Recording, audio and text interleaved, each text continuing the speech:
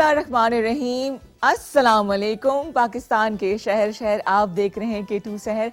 मैं हूँ रिदा इमरान और आपसे मुलाकात होती है एवरी मंडे और ट्यूसडे। आपके सामने 9:30 बजे हम लोग हाजिर हो जाते हैं, आपसे बहुत सारी बातें करते हैं और कोशिश करते हैं कि आप भी इस प्रोग्राम का हिस्सा बने। आप भी हमें कॉल करते रहें क्योंकि अकेले मैं कितनी बातें कर लूँगी भाई। 051-410-2251 हमारा नंबर है जिस पर आपकी कॉल्स का हमें इंतज़ार रहता है। और बड़ा अच्छा लगता है मुझे कि आप एक छोटा सा इनिशिएटिव है हमारा कि हम सोशल इश्यूज़ पे बात करते हैं, हम दुख दर्द शेयर करते हैं, हम साथ हंसते मुस्कुराते हैं, हम साथ जैसे कहते हैं ना कि ज़िंदगी के हर पहलू पे बात करते हैं। तो आप उसमें बराबर के शामिल होना शुरू हो गए हैं। एक्चुअली लोगों को अपना आदी बनाना जो है ना वो ज़रा मुश्किल काम होता है, लेकिन सबसे ज़्यादा पेनफुल या एक्सपीरियंस भी यही होता है कि हम किसी के आदी हो जाएं और फिर एक वक्त आता है कि हमारे पास एक दूसरे के लिए टाइम नहीं होता। रिलेशनशिप्स को शुरू करना आसान है, उसको मेंटेन करना बड़ा मुश्किल है। तो अगर आप एक हेल्दी रिलेशनशिप एंजॉय कर रहे हैं, जैसे कि अगर आप मियाँ बीवी हैं, आप शादीशुदा हैं या आपके मतलब ऑब्वियसली बहन भाई हैं, माँ बाप हैं, तो इन रिश्तों को आप कैसे चला रहे हैं ये आपने हमें बताना है। कौन सा रिश्ता बड़ा मजबूत है, कौन सा रिश्ता थोड़ा सा नाजुक है। मुझे ऐसा लगता है कि मियाँ बीवी का रिश्ता जहाँ बहुत ही खूबसूरत है, इसकी बहुत से अप्स एंड डाउन्स भी हैं, इसमें बहुत सी मुश्किलात भी हैं, वहाँ ये थोड़ा सा नाजुक भी होता है। ज़रा सी बात जो है वो डिस्टेंस बढ़ा देती है और ज़रा सी बात हमें अट्रैक्ट भी करती है एक दूसरे की तरफ। शायद ये कुदरत का निज़ाम ऐसा ही है। तो कल हम लोग ये बात कर रहे थे कि इस्लामाबाद का मौसम बड़ा गर्म हो रहा है और वाकई धूप में अगर आप ड्राइव कर रहे हैं या वॉक कर रहे हैं तो बड़ी गर्मी फील होती थी ना, पसीने आने शुरू हो गए थे। तो अल्लाह ताला ने करम किया, रात को यहाँ पे हुई है बारिश, अच्छी खासी ड्रिजल थी, मतलब तेज़ बारिश कहते हैं, नॉट ड्रिजल, अच्छी खासी तेज़ बारिश थी। अल्लाह मियां ने मौसम बड़ा हसीन कर दिया है। तो ये जाती सर्दियाँ इसको एंजॉय कर लें। और मेकअप रूम में मैं नजमा आपी से ये बात करी थी, कुछ दिनों की बात है, फिर वही पेटियाँ खुलेंगी और गर्म कपड़े जो है वो रखने पड़ेंगे, वो लंबा प्रोसेस, और सर्दियों के कपड़े निकालो और कौन से कपड़े थोड़ा सा बंदा पुट ऑन भी तो कर लेता है ना। समर बॉडी डिफरेंट हो जाती है, फिर तब तक हम खूब कोट वगैरह पहन के अपने आप को कवर्ड रखते हैं, लेकिन फिर सर्दियों में फिर लॉन के जोड़े, फिर दुपट्टे और सब कुछ। और एक वक्त था, मुझे याद है, मेरे बचपन की बात है कि अम्मी मेरी दुपट्टे, जो उनके दुपट्टे होते थे मलमल के दुपट्टे, उनको चावल के पानी से माया लगाती थी, स्टार्च लगाती थी। अब तो खैर स्प्रेज आते हैं, लेकिन वो जो चावल की पिच होती है जो हम पानी उबालते हैं उसको निकाल के उसे दुपट्टों पे और लॉन के कुर्तों पे लगाती थी। वो बड़ा खूबसूरत वो लगता था और अबरक का काम उस पर होता था। तो मैं कोशिश करूँगी कि किसी प्रोग्राम में आपको ये जो पुरानी हमारे जो फैशन की चीज़ें थी, अबरक का काम है, इसके अलावा मुकेश का काम है, इन चीज़ों को भी आपके सामने लेकर आएँ, इस तरह रिवाइव करें। पुरानी यादें, पुरानी बातें इतनी हसीन होती हैं कि अगर मैं रिवाइंड करना चाहूँ अपने आप उस पर से, मेरे पास एक ऑप्शन हो कि मैं किसी टाइम मशीन में बैठूँ तो मैं अपने बचपन में जाना चाहूँगी। वो तमाम चीज़ें जो मैं चेरिश उस तरह से नहीं कर सकी क्योंकि बचपन में पता नहीं होता ना, आप इतने अवेयरनेस नहीं होती आपको। वक्त के साथ साथ आप में वो मैच्योरिटी आ जाती है जब समझते हैं कि चीज़ें कितनी डिफरेंट है, कितनी हसीन है। जैसे अभी हम लोग इस प्रोग्राम से पहले सुने थे पठाने खान को, क्या खूबसूरत उनकी आवाज़, जो उनका अंदाज़ है बोलने का। एक ख़ास वर्ड नजमा आपी ने यूज़ किया था बड़ा, कि वो बड़ा चबा चबा के गाते थे, मुझे वो याद नहीं आ रहा। उस वक्त बचपन में ये सब चीज़ें बड़ी अजीब सी लगती थी कि हमारे पेरेंट्स या जो ग्रैंड पेरेंट्स हैं वो ये सब सुन रहे हैं, कैसे एंजॉय कर रहे हैं इसको। लेकिन अब वक्त के साथ साथ इतनी खूबसूरत लगती हैं तमाम चीज़ें जो अपने रूट से जुड़ी हुई हैं, अपनी कदरों से जुड़ी हुई हैं। और बात में कही थी थोड़ी देर पहले आपसे चावलों के हवाले से, तो आज जो टोटका आपके लिए मैं लेकर आई हूँ वो इसी हवाले से भी है। जो क्वेरीज मेरे पास आती हैं, जो सवाल मेरे पास आते हैं, जो पूछते हैं लोग, तो उस हवाले से मैं आपके लिए कुछ टोटके लेकर आई हूँ। बालों के लिए भी है, स्किन के लिए भी है, और किस तरह से इसको ग्लो करना है, हमने वेदर चेंज हो रहा है कैसे इसको बचा के रखना है।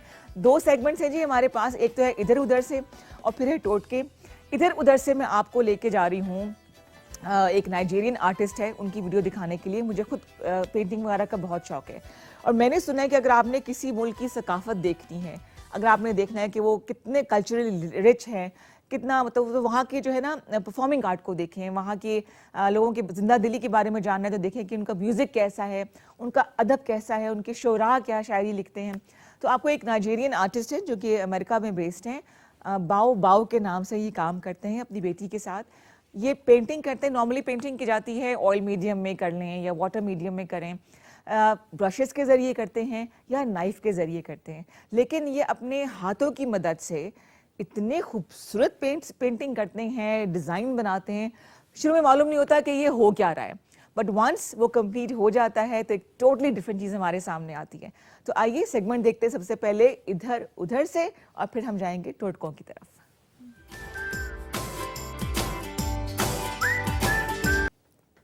आपने देखा इधर उधर से में किस तरह से जिन्होंने काम करना होता है ना वो बहाने नहीं ढूंढते हैं कि चीजें हमारे पास नहीं है। सबसे पहले कॉलर को प्रोग्राम में शामिल करते हैं, फिर इसी बात को आगे बढ़ाएंगे। अस्सलाम वालेकुम जी, गुड मॉर्निंग। ओ बचपन के बिछड़े साथी क्यों मुझको तड़ पाए, उम्र गुजारी रो रो मैंने काहे देर लगा,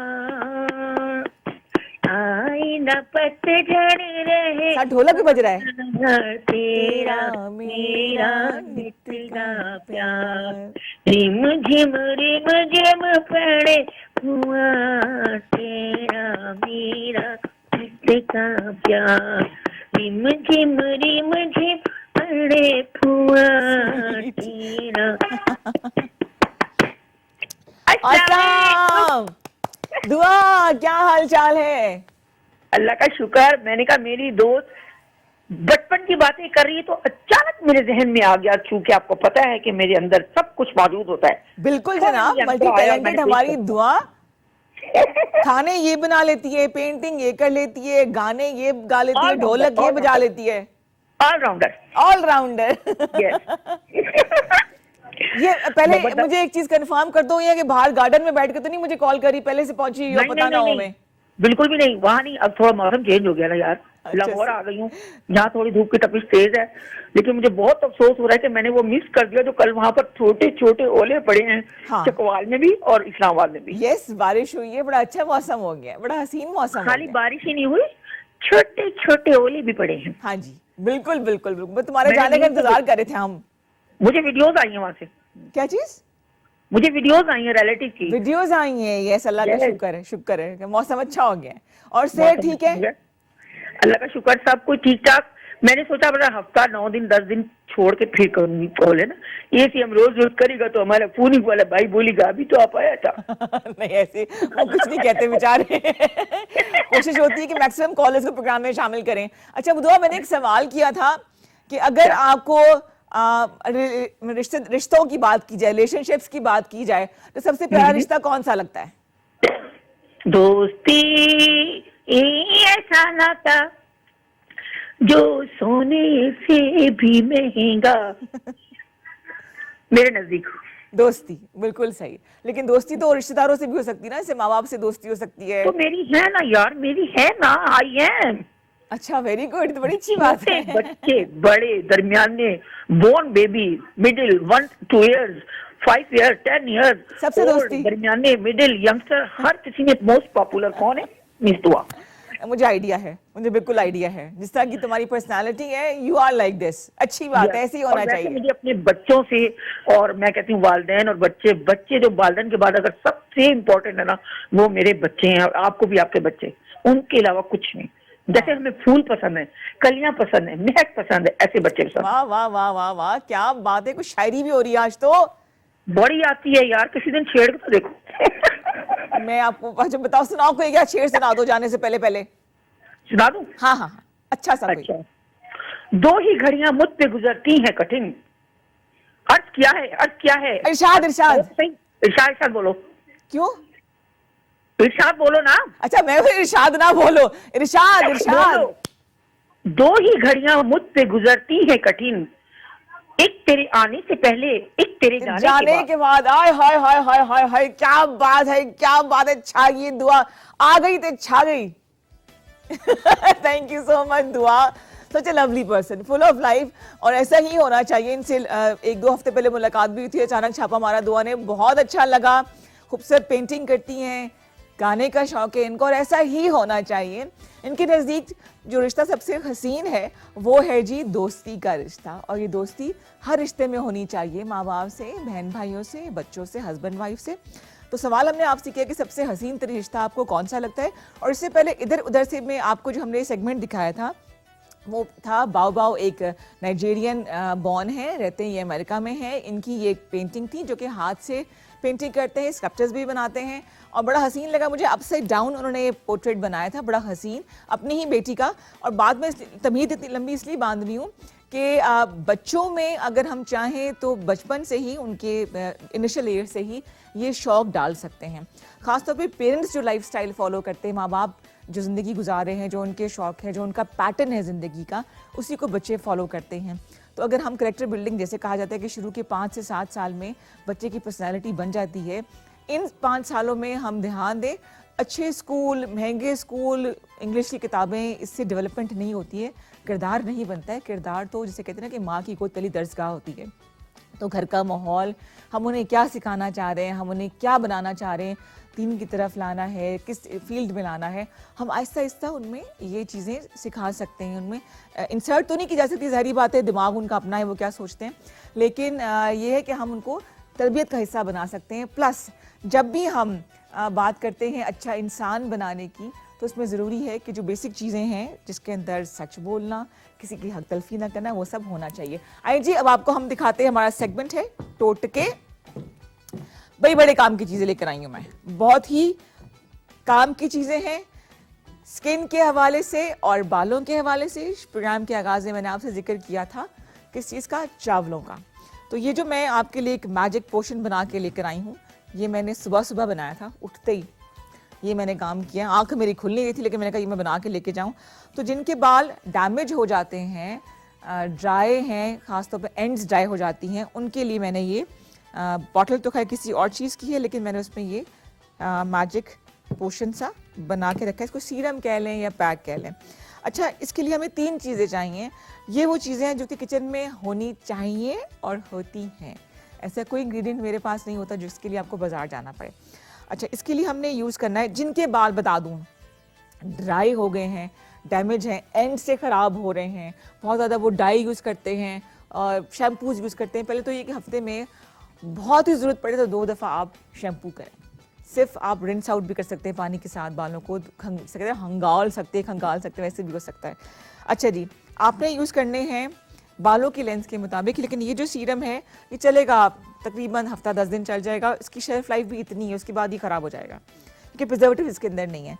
आपने यूज़ करने हैं चावल, ठीक है, ये आम चावल हैं, ये मैंने यूज़ किए हैं 2 बड़े टेबल स्पून, क्योंकि मेरे बालों की लेंथ जो है वो शोल्डर तक की है, ठीक है।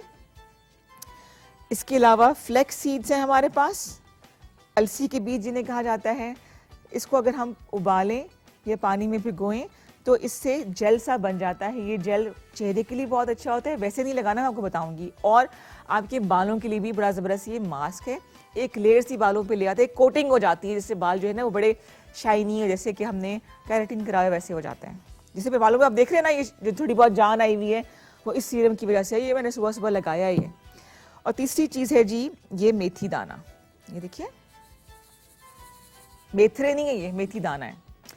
ये तमाम चीज़ें हमने हम वज़न लेनी है, यानी कि 2-2 टेबल स्पून। ये शोल्डर लेंथ बालों के लिए हैं। इनको आपने आधा घंटा आधे ग्लास पानी में भिगो देना है और उसके बाद उसी पानी में आपने 1 बड़ा ग्लास पानी का डाल के इसको बॉईल देना है। जब पानी का रंग चेंज हो जाए, जैसे कि ऐसा रंग है, इससे ज़रा सा डार्क रंग आएगा अलसी की वजह से, ठीक है। जब पानी का रंग चेंज हो जाए, उसमें झाग भी आ जाएगी और जेल सा बनना शुरू हो जाएगा अलसी की वजह से। तो इसका मतलब है कि आपका जो सीरम है या आपका जो पैक है, वो, इसको मैं साथ कवर कर देती हूँ ऐसे करके, वो रेडी हो गया है। इसको आपने ठंडा होने देना है चूल्हे से उतार के, और फिर किसी पंप बॉटल में या स्प्रे बॉटल में इसको आप निकाल लें। बालों में आप शैम्पू करने से पहले तकरीबन 1 घंटा पहले इसको आप बालों में लगा सकते हैं, ख़ास तौर पे बालों के एंड्स पे, जो बिल्कुल फूल झाड़ू जैसे बाल ड्राई हो जाते हैं ना, स्प्लिट एंड्स हो जाते हैं, उसके लिए ये बेहतरीन है। अब मैं आपको इसको हाथ पे ठहरे निकाल के दिखाती हूँ। ये बिल्कुल ये फ्रेश बना हुआ ना, इसे थिक है ये, तो इसके लिए इम्पोर्टेंट है कि आप स्प्रे बॉटल यूज़ करें। ये देखें जी, ये थोड़ा सा जेल सा है, इसको हमने ऐसे करके बालों के, अब मैं एंड पे लगा के दिखा रही, ऐसे ऐसे लगाना है और कोई ये नुकसान नहीं है इसका, ऐसा नहीं है कि बाल आपके जुड़ जाएंगे या ख़राब हो जाएंगे, नहीं, ये आपको बड़ा अच्छा मास्क बन जाता है, एक लेयर सी बालों में ले आएगा, चावलों की हल्की हल्की महक भी है इसके अंदर, और जो बाल आपके, ये आप दिन में कई दफ़ा भी कर सकते हैं। अगर आपने कहीं नहीं जाना, यू नॉट गोइंग एनीवेयर, तो आप बालों में इनको ऐसे करके एंड्स पे यूँ लगा लें। ये देखिए जो बालों के स्प्लिट एंड्स वगैरह जो मेरे भी आपको नज़र आ रहे होंगे हल्के हल्के, कुछ दिनों बाद देखेंगे ये ख़त्म हो जाएंगे। ये बेहतरीन मैंने आपको एक मास्क बताया है बालों के लिए, जिसके हमने 3 चीज़ें यूज़ की, चावल, फ्लेक्सीड्स, अलसी के बीज जिसे कहते हैं, और इसके अलावा मेथी दाना।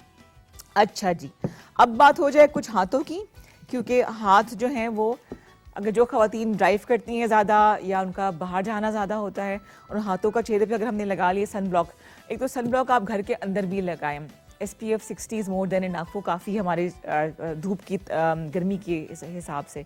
लेकिन अगर आपके हाथ फिर भी टैन हो जाएं तो आपने क्या करना है, आपने यूज़ करना है जनाब बेसन, तकरीबन 1 टेबल स्पून, जैसे कि मैं इसमें फ़िलहाल नमक दानी में डाल के ले आई थी, ये देखिए, ठीक है।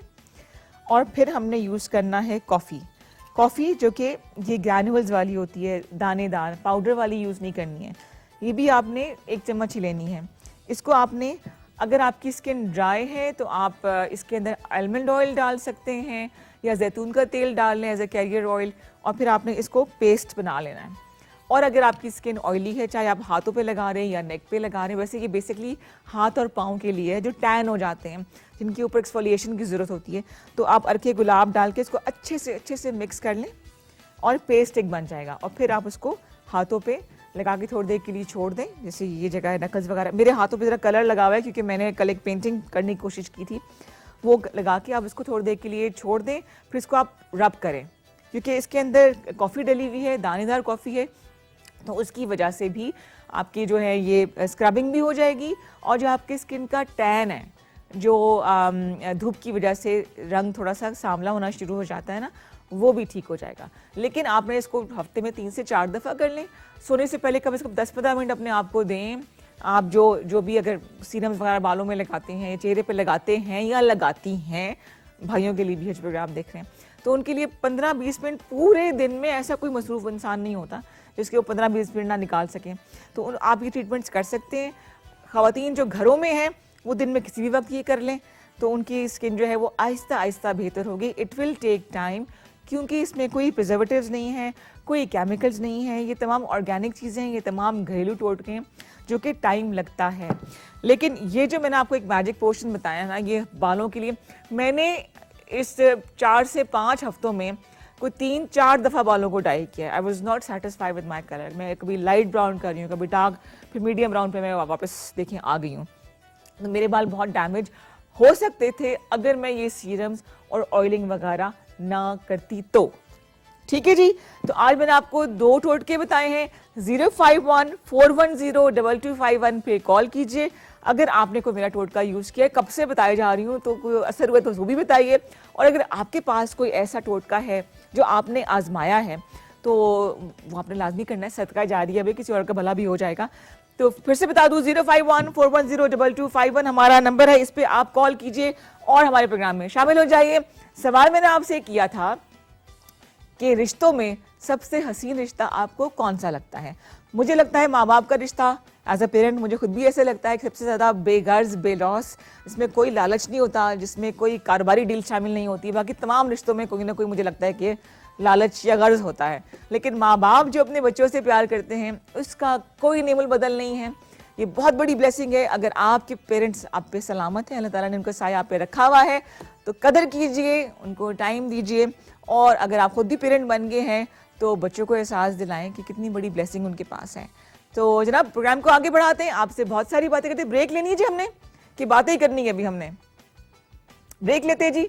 यहाँ पे छोटा सा हमने एक वक्फा लेना है। I am waiting for your calls. Call कीजिए 051-410-2251। इसके बाद हमारे मेहमान होंगे, बहुत सी बातें होंगी, और आज हमने एक नया सेगमेंट भी शुरू करना है। हमारे साथ रहिए जी। वेलकम बैक टू K2 सहर। मैं हूँ रिदा इमरान, और कह के हमारे स्टूडियो में इस वक्त गूंज रहे हैं, हम लोग बातें कर रहे हैं और गपशप भी लगा रहे हैं। लेकिन मेरे लिए थोड़ा सा हैवी से स्टूडियो हो गए, इतने बड़े बड़े नाम आ गए ना आज, कि मतलब मुझे बहुत अच्छा लग रहा है। एक नया सेगमेंट हमने शुरू करना है। मेरे साथ इस सेगमेंट की को होस्ट हैं जी अब्बास बिलग्रामी। अस्सलाम वालेकुम जी। वालेकुम, कैसी हैं? आज हमने ट्विनिंग की हुई है ना, ब्लू ब्लू पहन कर आए हुए हैं, ओह यस, है ना। और आज आप एक नई सेगमेंट शुरू कर रहे हैं। अच्छा, माइक लगते ही ना आप सीरियस हो जाते हैं। अच्छा, हाँ नहीं होना चाहिए, नहीं होना चाहिए, बिल्कुल अच्छा, भी नहीं होना चाहिए। होगा, बिल्कुल नहीं होगा एक आइडिया जो जिंदगी बदल दे। जी। आज क्या आइडिया है जी हमारे पास? आज हम जो डिस्कस करेंगे वो बेसिक प्लेटफॉर्म होगा जो कि जो हमारे आइडियाज़ आ रहे हैं उसके ऊपर डिस्कशन हो।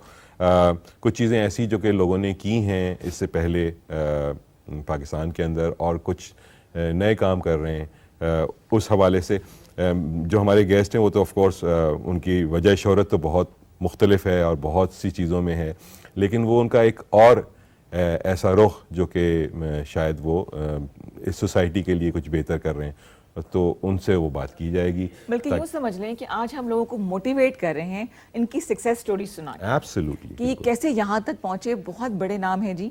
और एक तो सरप्राइज मिला, और दूसरा ये कि ताकि वो लोग जो काम करना चाह रहे हैं, पहला कदम उठाना चाह रहे हैं, वो जाने कि इनका सफ़र भी इतना आसान नहीं था। हम एक स्टार, एक सेलिब्रिटी को देखते हैं, लेकिन जो स्ट्रगल होती है उसके पीछे ना, वो आज हम इन्हीं की ज़ुबानी सुनेंगे। सर, आप कराएंगे तारुफ? नहीं, आप कराएंगे। अच्छा ठीक है जी, मेरा रेडी हो जाए। मेरे साथ जी पहले मौजूद हैं, एक आर्टिस्ट हैं, सोशल वर्कर भी हैं, नाम है इनका फ़रत गुल साहिबा। अस्सलाम वालेकुम जी। अस्सलाम वालेकुम रिदा। बहुत प्यारी हैं आप। थैंक यू, आप भी बहुत प्यारी। Thank you. मैं असल में सुनना ये चाह रही होती हूँ, तारीफ इससे पहले कर देती हूँ। जी, बहुत शुक्रिया। मैं कि फिर आप कह दूंगी आप बहुत प्यारी हैं। और आप लोग टोटके आजमाने हैं मेरे, जो मैंने बताए। जी बिल्कुल बिल्कुल जी, घर जाते ही आजमाऊंगी। फरत जो है सोशल वर्कर भी है, लेकिन कहती है मैं एक आर्टिस्ट हूँ। और आर्टिस्ट से सोशल वर्कर, जैसे कि सलाफ ज़दगान के लिए काम करी हैं, किन किन इदारों के साथ काम किया, यहाँ तक कैसे पहुँची, कैसे मोटिवेट रखती हैं, फरत बताएंगी। अच्छा, अभी जो अगले जो गेस्ट हैं उनको भी आपने दिखाना नहीं है। प्राइडल परफॉर्मेंस है, और क्या इनके हाथ में जादू है, सितार बजाते हैं, और एक टैलेंटेड फैमिली से इनका ताल्लुक़ है, पाकिस्तान का फ़ख्र है। और क्या मैं बोलूं, पूरे प्रोग्राम में अगर बोलती रहूं, तारीफ़ करती रहूं, तो शायद वो कम पड़ जाए। हम वो लोग हैं जो आर्टिस्टों की उतनी कदर नहीं करते। कोशिश हमारी होगी कि हम इनको सराखों पे बिठाएं। बड़े एजाज़ की बात है कि हमारे साथ मौजूद हैं सितार नवाज उस्ताद हफीज़ साहब। अस्सलाम वालेकुम सर। वालेकुम अस्सलाम। कैसे हैं आप? अल्हम्दुलिल्लाह, आप खैरियत से हैं? बिल्कुल जी, बहुत शुक्रिया आपके आने अरे का। नहीं, आप लोगों का शुक्रिया। अब्बास साहब ने मुझे हुक्म दिया तो मैं हाजिर हो गया। Very humble and down to earth. जी जी, एक बड़े आर्टिस्ट के लिए बड़ा इंसान होना भी बहुत ज़रूरी है। और आप दोनों प्रोग्राम में आए, बहुत शुक्रिया जी। बहुत कुछ सीखने को मिलेगा। आप तमाम लोगों को, खासतौर पर जो कुछ करना चाह रहे हैं, उनको मोटिवेट करेंगे, अपनी कहानी सुनाएंगे। जी सर। बिल्कुल। और मैं आप दोनों का शुक्रिया भी अदा करना चाहता हूँ, चूँकि अपने वक्त से निकालना, और ख़ासतौर पर नफीस भाई लाहौर में फैज़ मेला में शरीक हुए। हाँ, और जी, उसमें जो आपको पता है इतना गहमा गहमी, और उसके बाद कल ही इस्लामाबाद पहुँचे थे, तो मैंने कहा कि आप कल ही धर लिया गया। हाँ, धर लिए गए। मैंने कहा बस इनको अगवा करके लाए हैं, और अच्छे खासी रकम रखी है, तो घर वाले अगर देख रहे हैं तो अब्बास भाई जिम्मेदार हैं। हाँ, यहाँ से तार भिजवा दीजिए। सर, आप ये बताइएगा, आपकी जर्नी यहाँ तक, माशाल्लाह इतना बड़ा नाम है, लेकिन इतनी आसान नहीं होगी। अगर थोड़ा सा फ्लैशबैक करें तो ये सफ़र कहाँ से शुरू हुआ? ये सफ़र तो बहुत अरसा, ये बहुत ही कॉमन सा एक जवाब होता है, बहुत आम सा, के बचपन से। लेकिन ये बिल्कुल इसमें ज़रा भी झूठ नहीं है। वो 7 साल से 8 साल के दरमियान की एज थी जब मैंने शुरू किया था। और वही आपको हार्ड वर्क और मेहनत और प्रैक्टिस और तरबियत और तालीम और ये सब कुछ के साथ साथ फैमिली में है आपकी? जी, मेरे वालिद साहब उस्ताद फ़तेह अली खान, उनका नाम था। और उनको भी उस वक्त प्राइड ऑफ परफॉर्मेंस मिला था, तो उनसे हमने सीखा। और उन्हीं, वो एक बड़ा नाम थे हमारे साथ सिलसिला चल रहा है ये सारा। उनके आगे से ताया सितार बजाते थे। अच्छा। उन्होंने उनसे सीखा था। तो मज़े की बात यह है कि वो मुझे सिखाना नहीं चाहते थे। वो कहते थे कि हाँ, कुछ और करो, ये मतलब मैंने बहुत कर लिया और ख़ासी मेहनत होगी इसके ऊपर, तो कुछ और करो। तो ये मैंने ज़िद करके शुरू किया था। अच्छा, छोटी सी ज़िद्दें कामयाब हो जाती हैं। नहीं, वो उस वक्त वैसे था, तो ये बचपना ही मेरा, मैंने क्योंकि 1-2 दफ़ा देख लिया था वालिद साहब को घर में कहीं थोड़ी बहुत कोई चीज़ प्रैक्टिस करते हुए। तो बस फैसिनेट हो गया और जिद की कि मुझे सीखना है सीखना है। तो उन्होंने बहुत मुझे डराया धमकाया, खौफ ज़दा किया बहुत अच्छी तरह से। बचपना में मुझे लगता है, अभी मुझे ख्याल आता है, आपने कहा ना फ्लैशबैक, कि शायद वो बचपना था, मुझे अंदाजा ही नहीं हुआ कि इतना मुश्किल या इतनी मेहनत करनी पड़ेगी। नहीं मैं कर लूँगा, नहीं आपको हम, फिर मैं ये करूँगा, फिर मैं ये भी कराया करूँगा, हाँ मैं कर लूँगा, हाँ मैं कर लूँगा।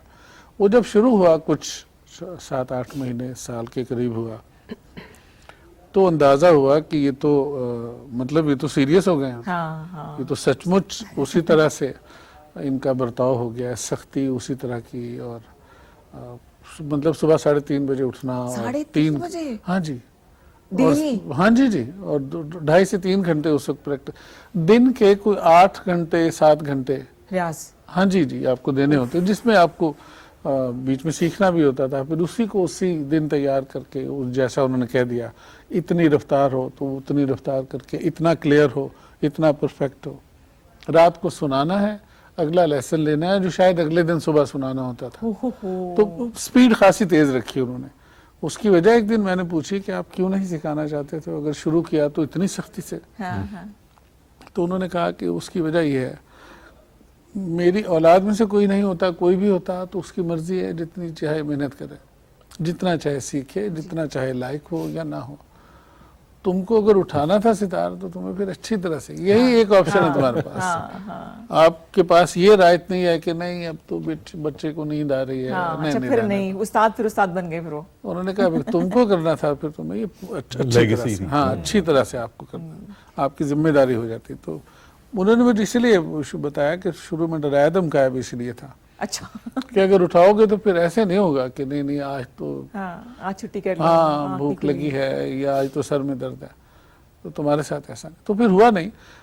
उस वक्त मुझे लगता था कि शायद उनका रवैया सख्त है इस सिलसिले में, लेकिन अब लगता है कि उन्होंने बहुत अच्छा किया। सही। अगर वो शायद ये इस तरह से भी देखा जा सकता है कि वालिदैन या वालिद या उस्ताद अगर सख्ती ना करते तो शायद हम में ये काबिलियत नहीं होती। मैं इसको यूँ देखता हूँ कि वो इसलिए शायद उन्होंने, वो भी दिल पे पत्थर रख के सख्ती करता है कोई। ठीक। मैं क्योंकि अब मैं वाबस्ता रहा हूँ एक ऐसे इदारे से, नैपा से, जहाँ मैंने नौजवानों को, नए लोगों को, बच्चों को सिखाया बहुत है, समझाया बहुत है।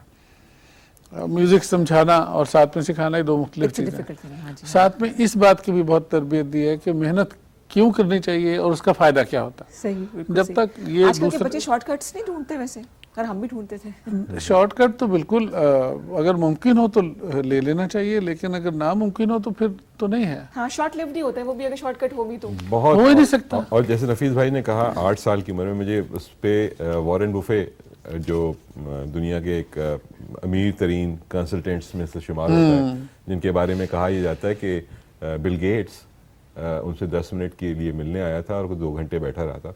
हाँ, और he is one of the top person. और उसने अपनी ज़िंदगी का जो करियर शुरू किया रिदा, वो 11 साल की उम्र से शुरू किया।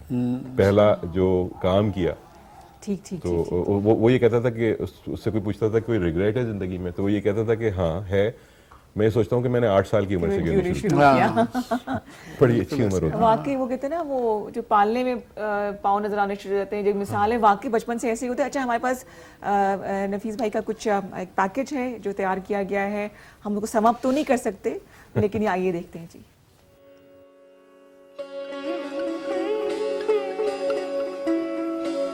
उस्ताद साहब ने भी बताया है कि जी बचपन से शौक था जी। इनको भी आर्टिस्ट, वो भी art he form of art है। मुझे भी आर्टिस्ट बनने का शौक था, लेकिन वालिद साहब नहीं चाहते थे कि मैं आर्टिस्ट नहीं, वो मुझे डॉक्टर बनाना चाहते थे। अच्छा। लेकिन जिद करके, ये हमारी मुश्तरका कहानी है, जिद करके मैंने फाइन आर्ट्स लिया। और बस बात ये है कि जी ये सारी प्लानिंग अल्लाह की होती है। आप सोच कुछ रहे होते हैं, होता कुछ है।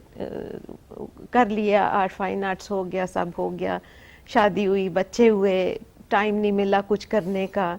फिर ये यूएन में मेरी जब जॉब हुई तो फिर I used to travel a lot, और जगह जगह जाके मैं कल्चर्स को स्टडी करती थी, अपने कल्चर से मैं सोचती हूँ हमारे कल्चर जैसा कोई कल्चर नहीं है। बिल्कुल बिल्कुल। तो उससे इंस्पायर हो के फिर काफ़ी कुछ किया, कुछ विमेन एम्पावरमेंट के हवाले से हम लोगों ने काफ़ी काम किया, क्योंकि आप जैसे आपको भी पता है कि हमारे यहाँ औरतें माशाल्लाह बहुत मजबूत हैं और बहुत कंट्रीब्यूशन है उनकी इकोनॉमी में, although we call them invisible labour होता है उनका, जी जी बिल्कुल। जो है वो सामने नहीं आ पाता है। तो जब हमारे जो प्रोजेक्ट्स शुरू हुए थे विमेन एम्पावरमेंट पे, उस पे हमने ये किया था कि हमारा जो कल्चर है उसमें से हमने ट्रेडिशनल क्राफ्ट्स को लेके, टेक्निक्स को लेके, तो हमने थोड़ी सी इनोवेटिव डिज़ाइनिंग करवा के तो उन औरतों से उनको एक तो हमने घरों से बाहर निकाला, ठीक है, कि स्पेशली साउथ पंजाब की जो थी उनके खामंद उनको बाहर नहीं आने देते थे। तो एक टाइम ये आया कि ना सिर्फ उन्होंने अपने क्राफ्ट को प्रमोट किया, बल्कि they came all the way to Islamabad. यहाँ हमने उनकी एग्जीबिशन करवाई लोक विरसा में, जहाँ उस ज़माने के जो पीएम थे यूसुफ रज़ा गिलानी साहब, उन्होंने इनॉग्रेट की वो एग्जीबिशन और उन ख़वातीन ने आके बाकायदा उनके साथ हाथ मिलाया और बड़ी उनकी एक तरह की इनकरेजमेंट भी हुई। अब आई डोंट नो कि अभी वो किस हद तक वो कर रही हैं, क्योंकि सच्ची बात है मैं जब यूएन छोड़ा तो मैं उसके बाद फिर दोबारा फॉलो अप नहीं कर सकी। बट ये है कि अब जो मुल्क के हालात बन रहे हैं तो मुझे यही ख्याल आया कि एग्जीबिशंस मैंने बहुत की हैं, दुबई में की हैं, यहाँ पर की हैं, यूएसए में मेरा काफ़ी काम किया है। बट यहाँ पर मैंने देखा है कि अब इस वक्त जो हालात जा रहे हैं मुल्क के सबके सामने हैं, यहाँ पेंटिंग्स खरीदने का कोई हाल नहीं है, नोबडी विल बाय पेंटिंग्स। तो उससे मुझे ख्याल आया कि हम we should go for smaller stuff, utility items हम लोग ज़्यादा इनके ऊपर फोकस करें। आप खुद भी पेंट करती हैं? जी मैं करती हूँ, पेंट करती हूँ। किस मीडियम में आप काम करती हैं? मैं एक्सपेरिमेंट करती हूँ, वैसे तो मुझे ऑयल्स बहुत पसंद है, but I am experimenting with various techniques and mediums, जैसे अब एक्रिलिक्स में कर रही हूँ, फिर कोलाज कर रही हूँ, क्रश ग्लास के साथ कर रही हूँ। ठीक, तो ये खूबसूरत काम है जी। ओहो, की पिक्चर्स वगैरह अगर हो तो हम वो भी दिखाएंगे, जो आपके काम की पेंटिंग वगैरह जी। अगर हो तो पीएनसीए के अंदर भी मेरा डिस्प्ले तो है आपका? जी पीएनसीए में तो नहीं है, हाँ जी एग्जीबिशंस की थी मैंने, एग्जीबिशंस की थी, लेकिन डिस्प्ले इस वक्त वहाँ पर कोई नहीं है सच। ठीक ठीक ठीक। तो अब इस वक्त जो जैसे आप सोशल वर्क की बात करते हैं, वो उसमें मैं खुद ब खुद ऐसे आ गई हूँ कि जब ये फ्लड्स आए हैं तो फ्लड्स में ये कि मैंने वहाँ पर एक तो इमरजेंसी असिस्टेंस का होता है टाइम। तो आप इंडिविजुअल कैपेसिटी में काम करिए किसी इदारे जी से बिल्कुल नहीं जी, नहीं जी, इंडिविजुअल कैपेसिटी में, क्योंकि आपने हालात देखे हैं, ना गवर्नमेंट कुछ कर रहे हैं, ना कोई और, ना ही कोई एनजीओज मुझे वहाँ पर नज़र आए हैं। तो जो वहाँ पर मेरे कॉन्टैक्ट्स बने हुए थे जिन लोगों से, वो उनके थ्रू मैं कर रही हूँ, वो भी इंडिविजुअल कैपेसिटी में कर रहे हैं सब। तो जब मैंने इमरजेंसी असिस्टेंस के लिए, और वो ये कि अपनी फैमिली से, अपने फ्रेंड से करके इकट्ठा करके पैसा, तो वो इमरजेंसी असिस्टेंस दी। अब नेक्स्ट फेज जो है, अब ये इस वक्त we are making bamboo shelters for them, उनके लिए बैम्बू के सैलाब के हालात, जी बहुत, जी वो बहुत कोई हाल नहीं है जी। रिहैब की सिचुएशन में है, लेकिन जाहिर बात है इस वक्त जो मुल्क के अपने हालात खुद हैं, पैसा हमारे पास इतना है नहीं। और जैसे फरहत ने कहा, मेरे ख्याल से बड़ा ज़रूरी है। देखिए दुनिया में मेरे ख्याल से जब तक इंडिविजुअल्स नहीं अपने तौर पे ये सोचना शुरू करेंगे, ये फिक्र नहीं आएगी कि हमें इस सोसाइटी को किस तरह से बेहतर करना है। गवर्नमेंट्स के अपने बड़े लिमिटेशंस होती हैं, आप मसले मसाइल का शिकार हैं। एक इनिशिएटिव जैसे फरहत ने लिया हुआ है, नफीस साहब ने एक इनिशिएटिव लिया हुआ है, वो भी बताएंगे आपको। ये तमाम वो लोग हैं जिन्होंने सोसाइटी के अंदर एक मशल लेके खड़े हो गए। सो पीपल जो कि हमें देखने वाले लोग हैं ख़ास तौर पे, उनके लिए बहुत बड़ी इंस्पिरेशन है। ये बहुत बड़े आर्टिस्ट हैं, लेकिन इन्होंने अपने उस वक्त में से वो वक्त लोगों के लिए निकालना शुरू किया है जिसमें लोगों की किस तरह से मदद की जा सकती है। जैसे फरहत कह रही हैं, जो घर पे बैठी हुई ख़वातीन इस वक्त हमें देख रही होंगी और ये सोच रही होंगी कि मैं कैसे ज़िंदगी को बेहतर करूँ। मेरे पास तो कुछ भी नहीं, मेरा तो कोई हुनर ही नहीं है मेरे पास, ये छोटी छोटी सी टिप्स जो है ना वो उनकी ज़िंदगियों में वो चेंज लेकर आ जाएंगी कि वो सोचेंगी कि मैं तो ये पहले क्यों नहीं कर रही थी। और क्या पता अगले एपिसोड है हमारे प्रोग्राम में आप बैठे हो हैं। बिल्कुल, ऐसा भी हो नेवर सकता है। नो।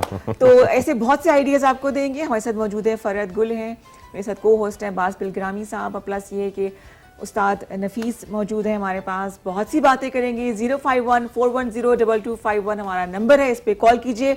कोई आइडिया जो किसी की ज़िंदगी बदल सकता है, अगर आपके पास भी हो तो आप शेयर कर सकते हैं। अगर आप पहला कदम उठाने से डर रहे हैं तो आज हमें कॉल कीजिए। एक्सपर्ट्स मौजूद हैं, आपको गाइड करेंगे। पहले कदम में थोड़ी सी जिद नहीं होनी चाहिए। इस पर और बात करते हैं, लेकिन छोटा सा हमने ब्रेक लेना है। हमारे साथ रहिए।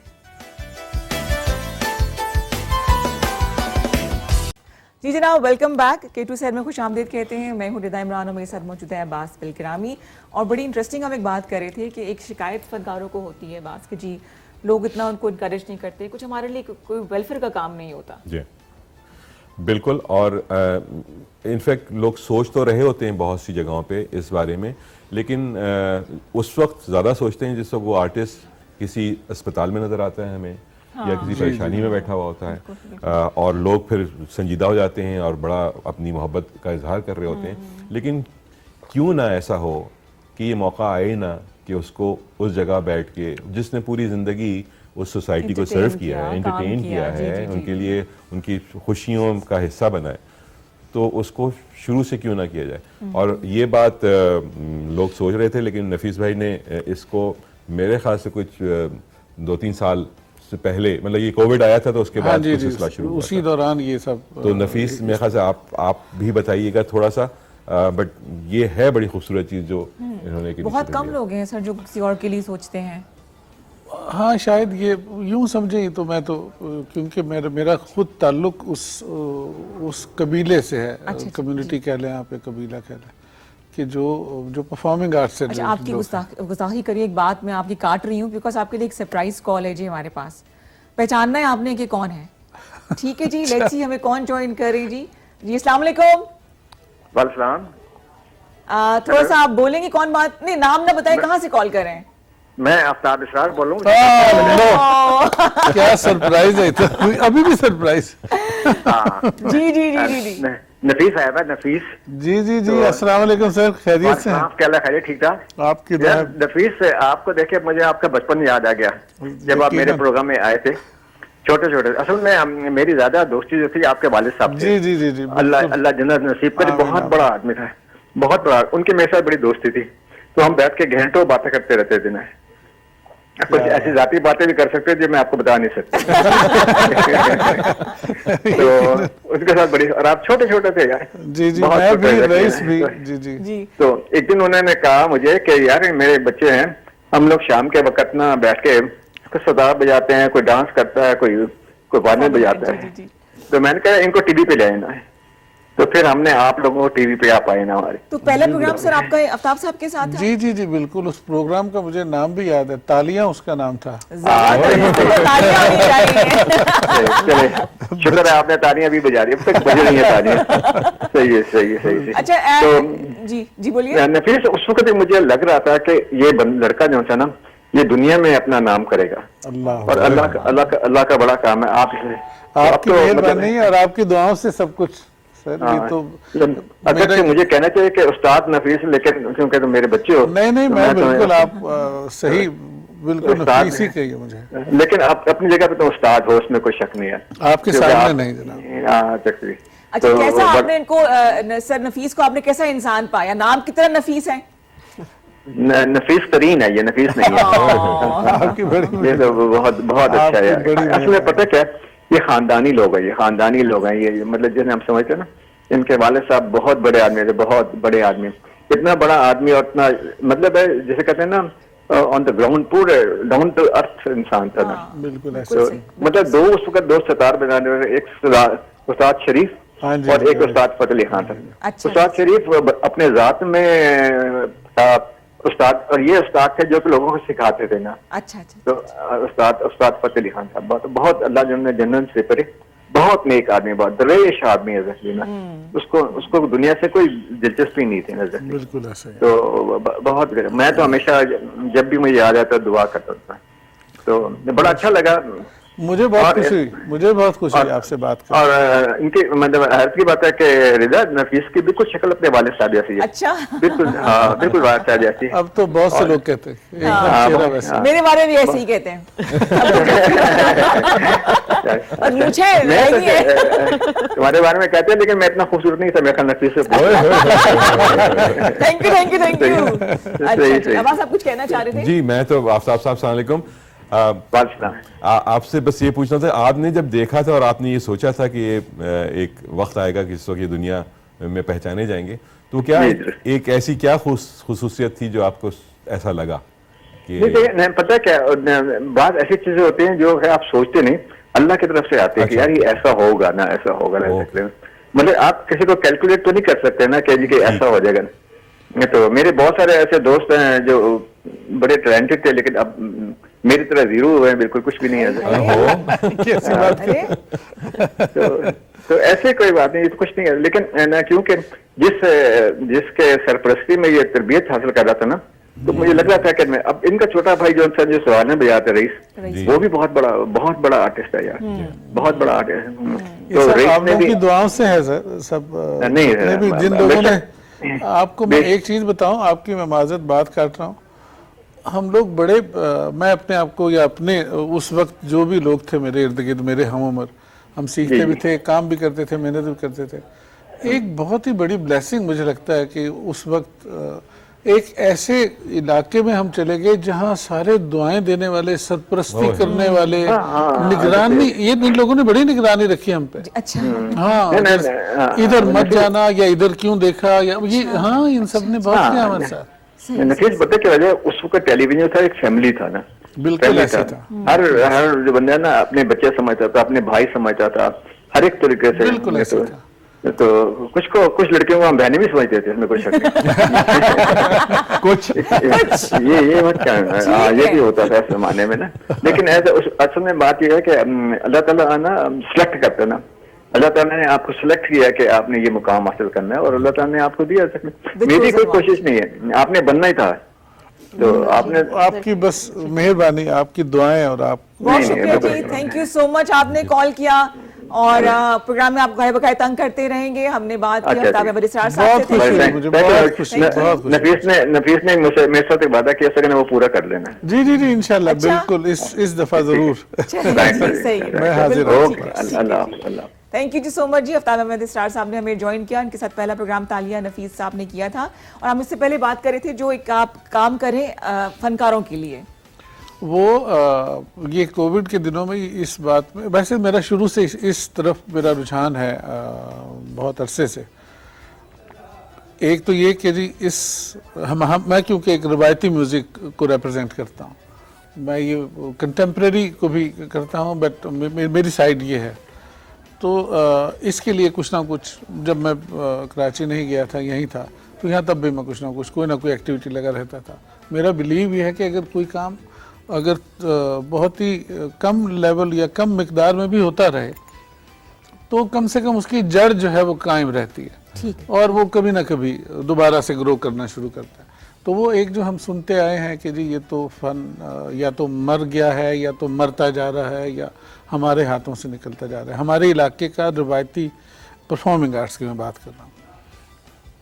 कोविड के दिनों में पूरी दुनिया बंद हो गई थी, और परफॉर्मिंग आर्टिस्ट जितने थे उनका तो यही रोजी रोटी होता है कि आप कहीं गए और 200-300 लोग या 1000 लोग या 25 लोग इकट्ठे बैठे, उन्होंने आपको सुना या देखा आपका काम, और आपका इस तरह से रोजगार चलता है।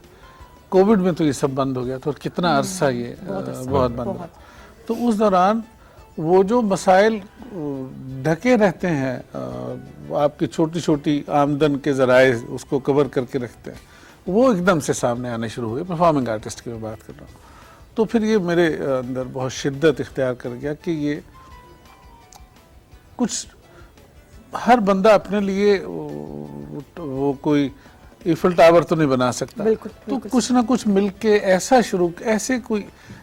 काम किए जाएं कि जिससे कोई ऐसा सिलसिला बंधे कि ऐसे वक्त में या तो कुछ मौजूद हो, कुछ ऐसा सरमाया या ज़राए या मौक़े कि जिससे ये जो मसाइल हैं जो इन लोगों के मखसूस हैं, वो किसी तरह से उस निज़ाम के तहत एड्रेस होते चले जाएं, हल होते चले जाएं।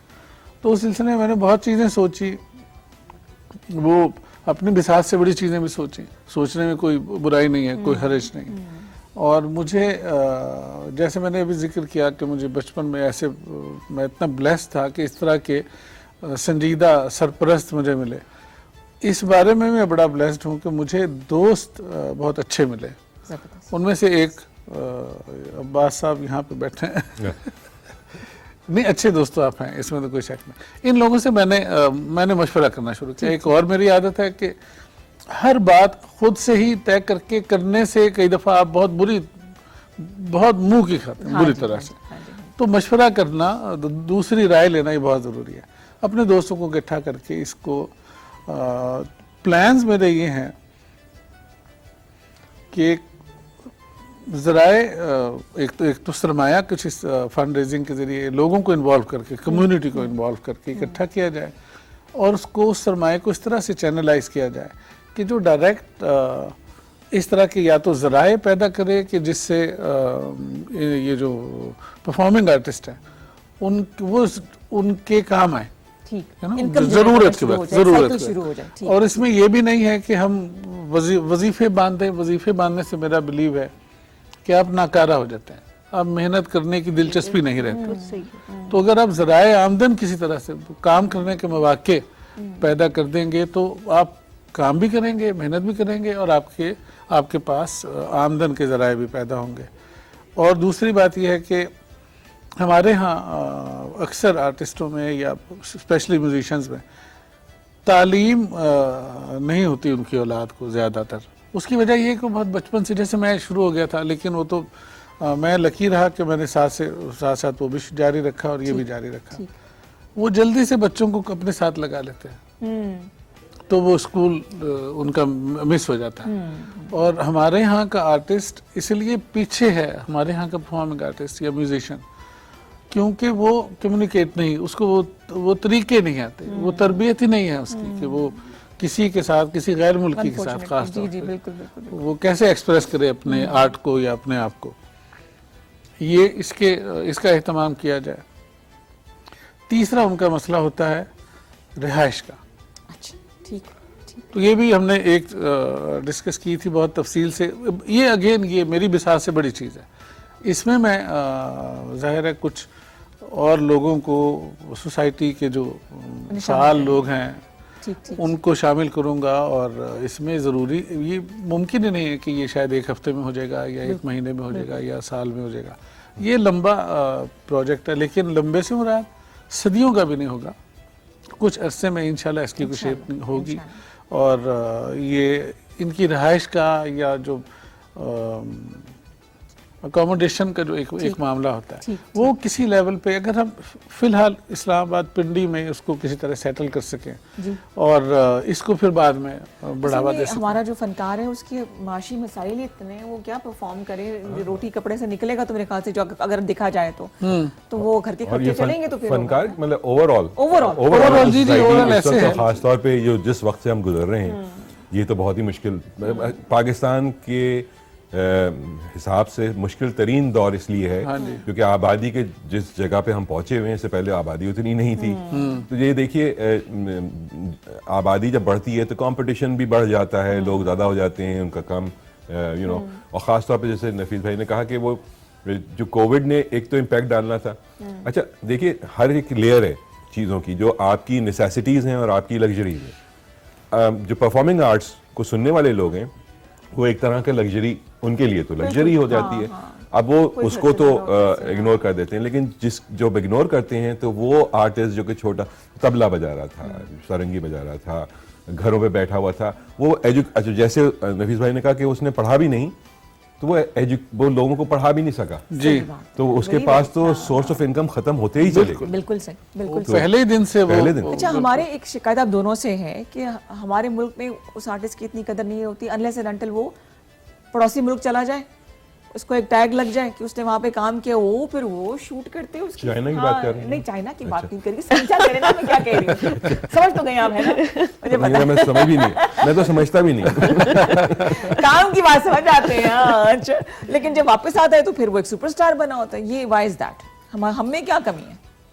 हाँ, ये तो हमें सोचने की जरूरत है। अगर मैं इजाजत दें मैं इसका जवाब दे दूं जी जी। कि हम में क्या कमी है, ये हमें ढूंढना पड़ेगा। हमें जरूर कोई कमी है। सबसे बड़ी कमी यही है कि हमें हाँ। पता नहीं है क्या करना। हाँ, नहीं हम देखिए, एक अगर इस सारे स्टूडियो में कोई एक बल्ब नहीं जल रहा होगा ना, तो हमें पता चल जाएगा बल्ब नहीं चल रहा। हम वैसे इग्नोर करके रखें उसको, या उसको ना ठीक कराएं, या हम मान ही ना रहे हों कि इसकी ज़रूरत भी है कि नहीं। तो हमने बहुत ही बुरी तरह से अपनी कोताही को इस सिलसिले में ख़ास तौर पे अपनी कोताही को बड़ी शिद्दत से छुपा के रखा हुआ है। हम नहीं मानते कि हमसे हो रही है। हमें बहुत सारी गलतियां ऐसे लगती हैं कि ये तो ऐसी कौन सी बात है। गलती तो गलती है, उसमें ऐसी कौन सी बात नहीं होती। हम वैसे उसको कहें कि अभी जाने दो एक और सिचुएशन है, लेकिन वो बहरहाल अपनी जगह पे वो गलती होती। इस सिलसिले में हमसे एक अरसे से बड़ी तकाक के भूल हो रही है, और हम उसको समझ रहे हैं कि जैसे ये कोई ऐसी खराब बात नहीं है। अनफॉर्चुनेटली हम लोग अपने कल्चरल हेरिटेज को उस तरह से नहीं ओन तो शायद करें, प्रमोट नहीं कर सके जैसे हमारे पड़ोसी मुल्क करते हैं। सही, क्योंकि मैं वहाँ भी गई हूँ, बहुत बार गई हूँ मैं यूनेस्को के चक्कर में, मैं वहाँ 2-3 चक्कर लगाए हैं। तो वहाँ पर तो देर मिंटिंग मनी, जो उनकी जो रेवेन्यू वो लोग जनरेट कर रहे हैं थ्रू देयर कल्चरल हेरिटेज, हम तो अपने कल्चरल हेरिटेज को पीछे पीछे धकेल रहे हैं, इतना निगलेक्ट कर रहे मुझे हैं। बात ऐसा लगता है मुझे कि हमने रिलीजन और कल्चर को मिक्स कर दिया है, हालांकि दो डिफरेंट चीजें हैं। इसका ताल्लुक जो है रिदा, मैं इसको इस तरह से भी देखता हूँ, और नफीस भाई मैं भी, आपने जो बात कही वो बिल्कुल सही है, एक कोताही का भी सिलसिला है। लेकिन आर्टिस्ट, मेरा ख्याल है, किसी जमीन का नहीं होता, वो यूनिवर्सल होता है। अब ये दिन आर्टिस्ट की हम बात कर रहे हैं जो कि शायद उस मार्केट्स के अंदर एक्सप्लोर हुए हैं, जो कि बड़ी मार्केट है पैसे के लिहाज से, वो एक्चुअली पिक्ड है, उनमें वो चीज मौजूद थी। और ये बात पहले नफीस भाई ने तो, क्योंकि जिया साहब के साथ इतना काम किया हुआ है, जिया साहब तो 60s के अंदर अमेरिका की फिल्मों में हॉलीवुड में काम करते थे, और बहुत से लोग जो कि बहुत अच्छे आर्टिस्ट होंगे वो नहीं गए होंगे, बट वो पिक्ड हुए थे। रीजन ये है कि उनमें कोई टैलेंट था जो देखा जा रहा था, और उस मार्केट जहाँ पे बड़ी मार्केट थी उससे उनको एक्सपोजर बेहतर मिला।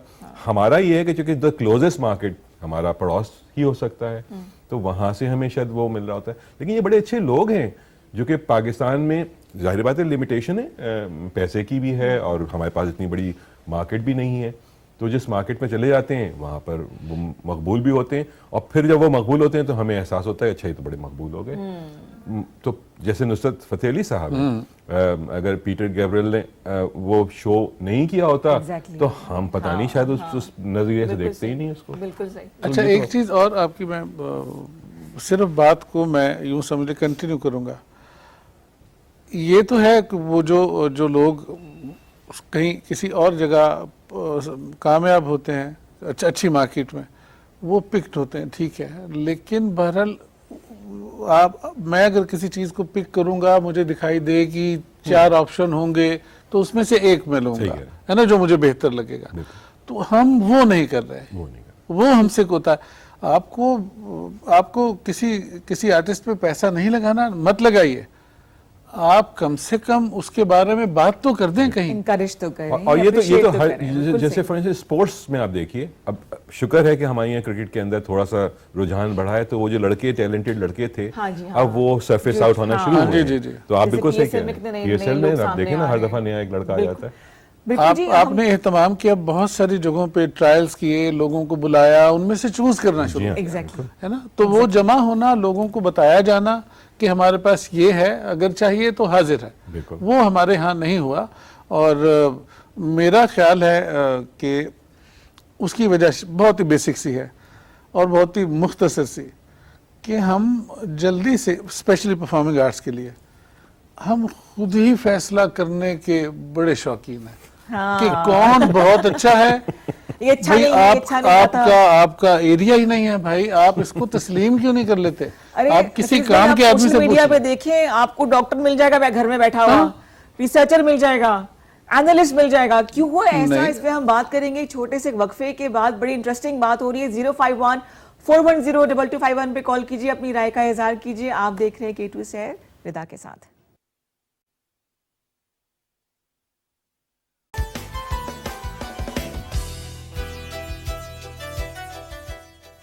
जी वेलकम बैक टू K2 सैर। मैं हूं रिदा इमरान। मेरे सारे सेगमेंट में ज्वाइन करते हैं बास बिलग्रामी, और हम वो तमाम जो छुपे हुए आर्टिस्ट हैं जो इसको करियर बनाना चाह रहे हैं, जो हमारा प्रोग्राम देख रहे हैं और थोड़ा सा डरते हैं कि हम इसको करियर बना सकते हैं कि नहीं बना सकते, जो एक कोई मिथ्स साथ इसके इन्वॉल्व हैं परफॉर्मिंग आर्ट के हवाले से या क्रिएटिविटी के हवाले से, उसको हम दूर करने की कोशिश कर रहे हैं। अब्बास साहब क्या बात कर रहे थे अभी ब्रेक में? जी ब्रेक में तो बात कर रहा था, लेकिन मैं कह रहा था आपको ग्लासेस लगाने चाहिए, आप बहुत अच्छी लगती फौरन लगा लिया, बड़ी अच्छी लगी। हैं। और मेरे ख्याल से लोगों को फ़ोन करना चाहिए, उनको कहना चाहिए कि आप ज़रूर नए नए ग्लासेस ट्राई मैं वो करें। लगती जो 9 बजे नहीं करते, आपके लिए हम लेकर आए ऐसी खबर, नहीं। छापा मारा है हमने। Suits you. Thank you. आज हम ब्रेक में ये बात कर रहे थे, देखिए एक तो ये कि जो ज़िंदगी गुजारने के लिए कुछ ना कुछ करना पड़ता है ताकि कुछ ना कुछ आमदन का जरिया बन सके। हमारे पास वैसे ही करियर जो चॉइसेस हैं वो इतनी कम हो जाती हैं बिकॉज हम एक पैटर्न पे चल रहे होते हैं कि अगर किसी ने बच्चे को ये समझ लिया कि MBA होना चाहिए, वो MBA कराने के दौड़ में लगा देते हैं। अच्छा, उससे प्रॉब्लम ये आती है कि इतने ज़्यादा लोग वो काम करना शुरू कर देते हैं कि उनकी गुंजाइश नहीं रहती मार्केट के अंदर। एक ज़माने में जब कोई MBA करता था तो वो बड़ा रेयर होता था और बड़ी अच्छी पोजीशंस पे उसको नौकरियां मिलती थी। अब वो बेचारे के लिए इतना पैसा नहीं मिल पाता कि वो अपना पेट्रोल का खर्चा पूरा कर सके। तो आपको जो अपने करियर है उसके अंदर थोड़ी सी और गुंजाइश देखनी पड़ेगी। हमने बहुत सी चीज़ें इसलिए रोक दी कि उनको हम बुरा समझते थे। हम ये कहते थे ये काम अच्छा नहीं है। काम कोई भी बुरा या अच्छा नहीं होता। हाँ, किस तरह से किया जा रहा है और कितनी बुराई से किया जा रहा है, और छोटा बड़ा भी नहीं होता काम। छोटा बड़ा भी नहीं होता। सो एक सवाल ये भी है कि हम बाज़ दफ़ा आर्टिस्ट की तो सोचते हैं, बट आर्ट के बारे में या उस जैसे फॉर इंस्टेंस बहुत दफ़ा ये होता है कि एक्टर्स हैं, हम बहुत फ़ैन फॉलोइंग होती है उस एक्टर की, लेकिन जो एक्टिंग है उसके ऊपर जोर नहीं होता। इस वजह से शायद हम एक्टिंग को एक साइड पे रखते हैं और शायद पॉपुलैरिटी। तो मेरे ख्याल से सवाल पूछा जा सकता है कि इन लोगों ने जो एक्सपीरियंस हासिल किया है इससे कोई इंस्पिरेशन देखने वालों के लिए कि वो कोई अपना काम कर सके। मैं छोटी सी एक और ऐड कर लेता हूँ इसमें बात, जो नफीस भाई के साथ मेरी बहुत पहले हुई थी, कि आप सिर्फ आर्ट को इस तरह से नहीं देखें कि वो एंटरटेन कर रहा है। आई थिंक SUIT के अंदर एक एक्सपेरिमेंट किया गया था जो कि उन पेशेंट्स के साथ किया गया था जिनको साइकोलॉजिकली म्यूजिक के through, you know, it's a medicine itself. तो ये एक अलग लाइन है हमारे पास। हाँ जी जी जी बिल्कुल। और इसके और बहुत सारे इसके इस्तेमाल हैं जो बहुत लोगों के फ़ायदे के हैं। हमने वो एक दारुल सुकून में एक सेशन इस तरह से किया था, जो ज़हनी तौर पे माजूर बच्चे हैं उनको चाहे कुछ भी हो जाए, म्यूज़िक बहरहाल कहीं ना कहीं इन्वॉल्व कर लेते हैं आपको फिजिकली। वो कहीं ना कहीं वो हिलना जुलना लगते हैं, साथ साथ अगर बोला नहीं जाता तो उल्टे सीधे अल्फाज कोशिश करते हैं, तो उसमें हेल्प करता है उनको। इस तरह एक दो और इस तरह के हमने इदारों में। लेकिन अब ये अगर हम इस काम को इतना मुफीद समझ रहे हों तो आप उसको दोबारा बुलाएंगे या दोबारा आने देंगे अपने आपको अगर ये डर हो कि कहीं हमारे बच्चे जो ज़हनी तौर पे या बात नहीं कर सकते या पूरी तरह सोच नहीं सकते, वो उनको कहीं मौसीकी की आदत ना हो जाए। अगर आप ये सोचेंगे तो उस बच्चे को तो फायदा नहीं होने वाला फिर जो हो सकता था उसको। म्यूजिक थेरेपी बहुत बड़ी काम की चीज़ है ऐसे बच्चों के लिए और बड़ी मुफीद है, पूरी दुनिया में इस्तेमाल होती है। हमारे यहाँ ये डर है कि ये तो काम शायद अच्छा नहीं है। मैंने तो नफीस भाई एक छोटा वीडियो क्लिप देखा जो था शायद किसी जापानीज हॉस्पिटल का। अच्छा, पड़ोस की बात हो रही थी, तो वहाँ बाज़ दफ़ा ऐसी फिल्में बनती हैं जिसमें जो गाने होते हैं, उसमें जो नाच होते हैं, वो अगर आप खामोशी से देख रहे हो तो आपको हंसी आती है। बगैर म्यूजिक के तो वो उन्होंने क्या हुआ था अपने टेलीविजन पे पेशेंट्स के लिए सिर्फ वो लगाए हुए थे और लोग हंस रहे थे। तो it's a laughing therapy. It is a laughing therapy. अब बात ये है कि आप कौन सी चीज को उसको किस तरह से प्रेजेंट करें और वो मुफीद हो जाए। जो बज़ाहिर उसका कोई उस सारे फंक्शन में रोल नहीं है, लेकिन वो आपको वहाँ पे फायदा दे रही है, तो आप क्यों ना उसको इस्तेमाल करें। आप देखें ना, स्कूल्स के अंदर म्यूजिक टीचर्स होते हैं, बट वो एक पैटर्न है, Exactly. उससे बाहर नहीं निकल रहे। देखिए जैसे हम लोग आर्टिस्ट को पसंद तो करते हैं, लेकिन अगर हमारे बच्चे आना चाहेंगे तो हम सोचेंगे देखो भाई कर लोगे तुम काम, इसके अलावा क्या करोगे? नहीं, एक और भी अब तो खैर ये बिल्कुल ही डिफरेंट हो गया है। जो पहले से खानदानों में था ये काम, वो उनके बच्चे अब और शोबों में जाना चाहते हैं, और जो बाहर उसके अलावा के लोग हैं उन्होंने एक तरह से टेक ओवर कर लिया है। और ये एक एतबार से अच्छी बात भी है कि एक बहुत ही मेहनत किया हुआ फनकार, उसको अगर हम उसकी काम का मेहनताना देते हैं तो वो अब अगर 1000 में था तो यहाँ पे तो लाखों में चली गई है बात। तो ये तो एक चीज क्लियर हो गई कि इस काम की कीमत बहरहाल ज्यादा है, आप कम देते थे। अच्छा, ये तो क्लियर हो गई एक सही, बात। सही। तो इसमें ये सारी शिकायतें नहीं है माशरे से, ये मेरे मशवरे हैं कि इस तरह नहीं होना चाहिए था, इस तरह अभी भी नहीं होना चाहिए। अभी भी हमें अपने टैलेंट को, अपना जो रियल टैलेंट है उसको, उसकी मार्केटिंग करके आपका भी फायदा होगा, मुल्क का भी फायदा होगा, उस फनकार का भी फायदा होगा, उस आर्ट का भी फायदा होगा। बिल्कुल। सिर्फ इतना सा काम करना है कि मेहनत कोई करेगा अपने काम से, आपने उसको सिर्फ उसकी मार्केटिंग अच्छी तरह से करनी है, बजाय इसके कि आप खुद ही फैसला करें कि यार ये नहीं। वो जो एक नौजवान आता है ना लंबे बालों वाला, जो वो करके गाना शुरू करता है, मैं माफी चाहता हूँ। वो भी अच्छा किया आपने, उसे तो अच्छा किया है। मुझे समझ नहीं आती अब ये सारे नौजवान बेचारे सीखना चाहते हैं, मतलब ये म्यूजिक करना चाहते हैं, ये आर्टिस्ट बनना चाहते हैं, परफॉर्मर बनना चाहते हैं, नाम करना चाहते हैं। नफीस भाई इसमें आप उनको ये तो बता दें कि यहाँ शुरू करो। हमने ये सेगमेंट शुरू किया है, उसका बेसिक मकसद ही ये मेंटोरिंग है, ताकि वो गाइडेंस मिल सके। क्योंकि नफीस भाई ने इतने एक्सपेरिमेंट ऑलरेडी, और ख़ास तौर पे इस आर्ट को आज तक जिंदा रखने के लिए सचल बैंड की परफॉर्मेंसेस है पूरी दुनिया के अंदर। फिर इंटरनेशनल, लास्ट मुझे याद है कोविड के ज़माने में आपने एक इंटरनेशनली लिंक किया था all the artist in the world. तो ये एक्सपेरिमेंट अगर हम करते रहें तो ये सिर्फ ये नहीं कि वो एक्सपेरिमेंट हो रहे हैं, पाकिस्तान का नाम भी बेहतर हो रहा है, लेकिन लोगों के लिए गुंजाइश बन रही है उसमें, रास्ते बन रहे हैं, न्यूज़ बन रहे हैं। सो अगर आप उसके बारे में बताइए। कोई 4 मिनट रह गए हमारे पास। हाँ जी, 4 मिनट में एक चीज तो ये है कि एक बड़ी आसानी से मौसीकी, इसको कहते हैं इंटरनेशनल लैंग्वेज, आप कनेक्ट कर सकते हैं पूरी दुनिया को बड़ी आसानी से। एक तो इसमें ये ताकत है कि लोगों को जमा कर लेती है। बिल्कुल सही। जब आप लोगों को जमा कर लेते हैं तो वहाँ मौका, एक बहुत बढ़िया मौका बनता है एक दूसरे के बारे में जानने का, एक दूसरे को ये कहने का कि भाई साहब पीछे हो जाओ। आप बात करते हैं, आपको पता चलता है ये कितना करख्त मिजाज आदमी है, ये कितना अच्छा आदमी है। बाहर निकल के आप चाय पी लेते हैं या हाथ मिला लेते हैं, शेयर करते हैं, मैं ये करता हूँ, आप ये करते हैं। बहुत बड़ा जरिया बन सकता है कनेक्टिंग, लोगों को आपस में कनेक्ट करने का। बिल्कुल सही, बिल्कुल सही। मेरे ख्याल से थोड़ा सा फर्क आपसे भी बताइएगा, जो आपके इनिशिएटिव्स फॉर पॉट आपने मुझे बताया था, पॉटरी के हवाले से, जो घर में बैठी जो आपको ज्वाइन भी करना चाहें तो वो कैसे कर सकते हैं?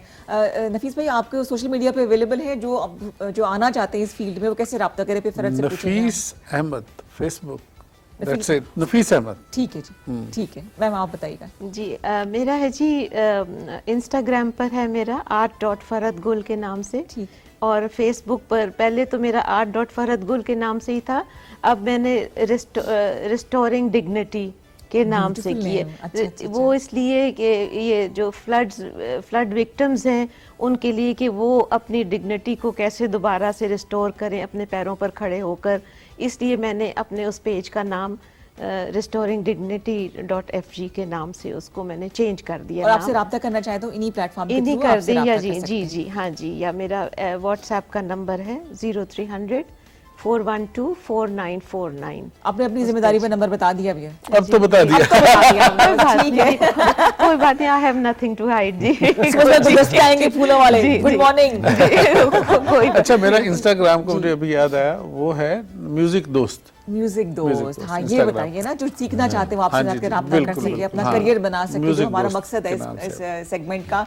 तो जनाब हमने आपसे इजाजत चाहनी है, लेकिन आप दोनों का बहुत शुक्रिया सर, बहुत बहुत शुक्रिया मैम, बहुत शुक्रिया आपका। और बाकी आप लोग चोजन वन है जो अब दूसरों के लिए वसीला बना रहे हैं। थैंक यू अब्बास कि आपने इनसे मिला। बिल्कुल, नहीं, इनका बड़ा शुक्रिया कि उन्होंने वक्त निकाला। आपने एक बात कही थी जो मैं जल्दी से कवर कर लेता हूँ। आपने कहा था वो जो पहला कदम है वो बड़ा इंपॉर्टेंट होता है। मैं सुबह जब आ रहा था तो मैं नैयर नूर का वो गाना सुनता हुआ आ रहा था, ए जज्बा दिल अगर मैं चाहूँ हर तो चीज हर चीज मुकाबिल आ है। जाए। हाँ, तो लेकिन मंजिल के लिए 2 गाम चलूँ, वो जो 2 गाम है ना, और सामने मंजिल आ जाए, चलें तो सही, चलें तो सही, यही राइट शुरू जी। तो करें। किसी कौम की जिंदा दिली को अगर आपने पहचानना है, जांचना है, तो उनके आर्टिस्ट को देखिए, उनके फेस्टिवल्स को देखिए। और हम एक जिंदा दिल कौम है जिसकी मिसाल हमारे सामने मौजूद है। अगर आपने जवान रहना है तो किसी फन से मुंसलिक हो जाएंगे ताकि आप हमेशा से एवरग्रीन रहें, खुश रहें और खुशियाँ बांटें। उम्मीद है कि आज का प्रोग्राम आपको अच्छा लगा होगा, ये सेगमेंट आपको अच्छा लगा होगा। कुछ और अगर आप जानना चाहें हमें फीडबैक आप दे सकते हैं। अब्बास भी इंस्टाग्राम पे मौजूद है, फेसबुक पर है, आप इनको भी डीएम कर सकते हैं, हमें भी बता सकते हैं ताकि हम उसके मुताबिक अगले सेगमेंट को अगले हफ्ते आपके लिए डिजाइन करें। बल्कि हम बहुत सी चीजें अगले हफ्ते के लिए ला रहे थे, ये हमने आपको सिर्फ वार्म अप किया है, Exactly. Inspirations Exactly. दिखा के अगले सेशंस में आपके पास बहुत सी ऐसी इससे अच्छा चीजें। वार्म अप क्या होगा, मैं अभी जाके सितार खरीद के आती हूँ, नफीस भाई को तंग करती हूँ। तो जनाब अपने पैशन को फॉलो कीजिए, खुश रहिए, खुशियां बांटिए। इंशाल्लाह मिलेंगे आपसे अगले हफ्ते, तब तक के लिए अपना ख्याल रखिएगा। टेक केयर हम सब की तरफ से। अल्लाह अल्लाह हाफिज। हाफिज।